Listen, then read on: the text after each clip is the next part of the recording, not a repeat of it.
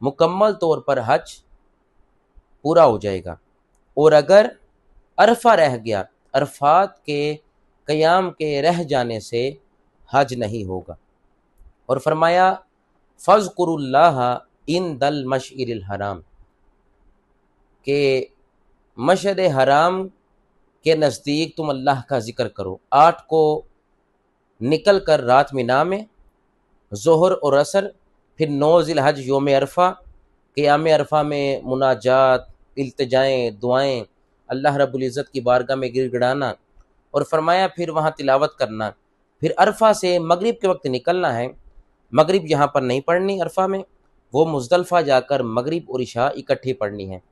7 قرآن کا آرڈر ہے، فرمایا وَاذْكُرُوهُ كَمَا هَدَاكُمْ، اور تم اللہ کو یاد کرو، اللہ کا ذکر کرو جس طرح رسول خدا نے تمہیں سکھایا ذکر کا طریقہ، اس طرح تم خدا کا ذکر کرو۔ قرآن پھر اعلان کرتا ہے وَإِن كُنتُم مِّن قَبْلِهِ لَمِنَ الضَّالِّينَ، بے شک محبوب کونین علیہ الصلوۃ والتسلیم کی آمد سے پہلے تم گمراہی میں تھے، تمہیں معلوم نہیں تھا۔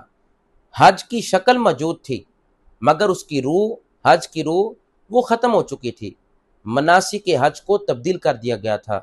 پھر میرا سوہنا آیا، اس نے بتایا کہ خدا سے ڈرنا بھی ہے، اگر خرچہ کر رہے ہو، تقوی تمہارے اندر نہیں تو تم حج کے مقاصد کو نہیں حاصل کر رہے۔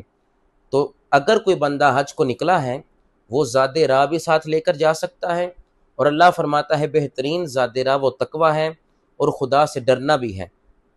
اور فرمایا اصل حج عرفات کا ہے، جس نے یوم عرفہ چھوڑ دیا اس کا حج نہیں۔ باقی مناسک جو رہ گئے حج کے، ان کو اگر وہ رہ گئے ہیں تو وہ مکمل ہو سکتے ہیں، کس سے؟ دم دینے سے وہ مکمل ہو جائیں گے۔ اگر یوم عرفہ رہ گیا تو حج دوبارہ لازم ہو جائے گا۔ اللہ رب العزت ہمیں ان قرآنی مسائل کو سیکھ کر، آگے سکھا کر اس پر عمل کی توفیق عطا فرمائے۔ وما توفیق